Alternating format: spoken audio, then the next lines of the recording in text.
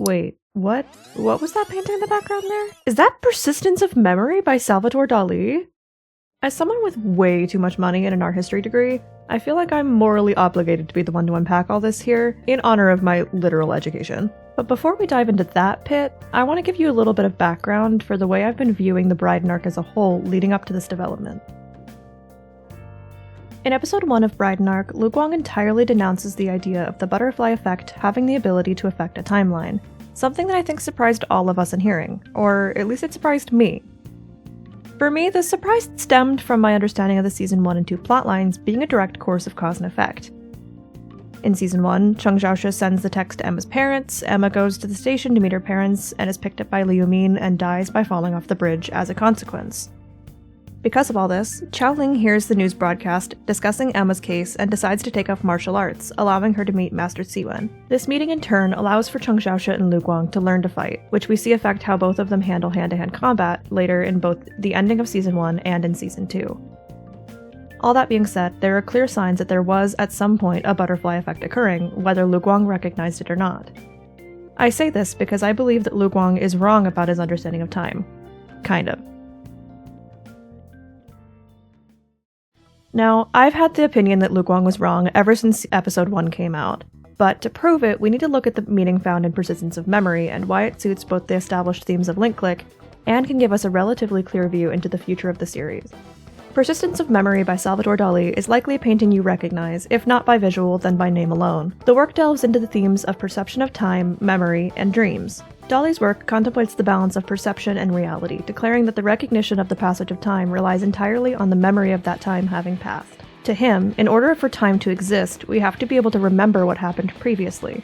Without that memory, there can be no time in this concept.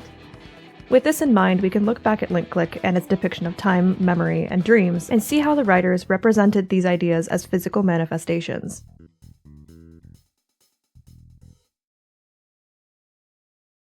In the show, we are told over and over again that photographs are a still moment captured in time, with the boys returning to the memories of those moments to relive the photographer's regrets.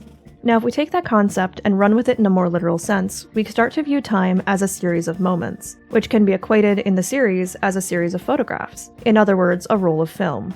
If time in Link Click works like a recording, as further proven by the many references we have to Cheng Xiaoshi being trapped in loose film as a metaphor for his fated death, we can theoretically explain both how Cheng Xiaoshi was doomed in the first place and how to reverse this fate. If fate is dictated by the recording transcribed in each timeline, we can look at Lu Guang's understanding of time with a bit more clarity. Let's say Lu Guang lived through the original timeline without the knowledge of Cheng Xiaoshi's fated death. This timeline then saw the original butterfly effect, something Lu Guang fails to recognize due to his perception having been warped by his cycle staying constant since his first reset. If this chain of events was simply being rewound and replayed in each timeline, it would give a believable reason for Lu Guang's belief that fate is structured into unchanging nodes dictated by fate. However, what if it was Lu Guang's understanding of time itself that is dooming Cheng Xiaoshi to a constant cycle of death? If we are to believe that photographs are captured memories, a roll of film would be a recording of memories, correct? Now, what if this is the true form of a timeline? What if Lu Guang has been looking at fate backwards the entire time?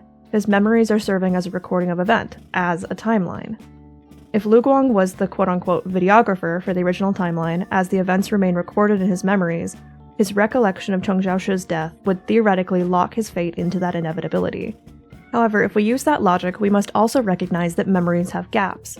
People let things slip, and they don't keep track of the exact moments things occurred. Day-to-day occurrences and trivial conversations may not be remembered with any clarity, but what would happen if you did keep track of every minute detail? What would happen if you, say, kept a journal of timestamps for every event in the timeline, solidifying those fluid memories into something more rigid?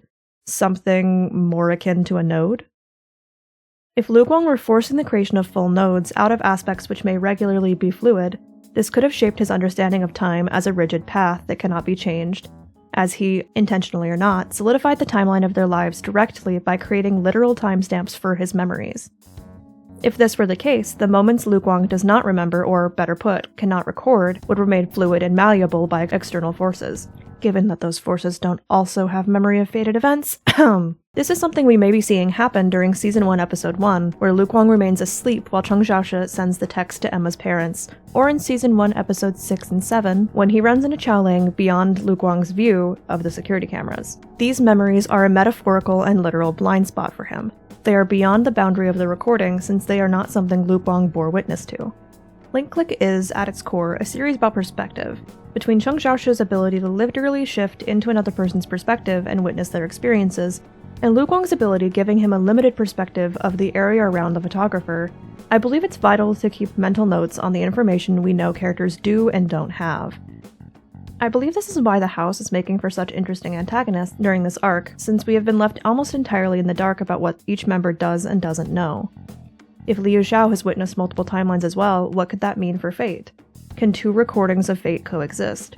Is Lu Guang recording every possible moment of his life in order to restrict Fate in a sort of strategic plan to win against the house?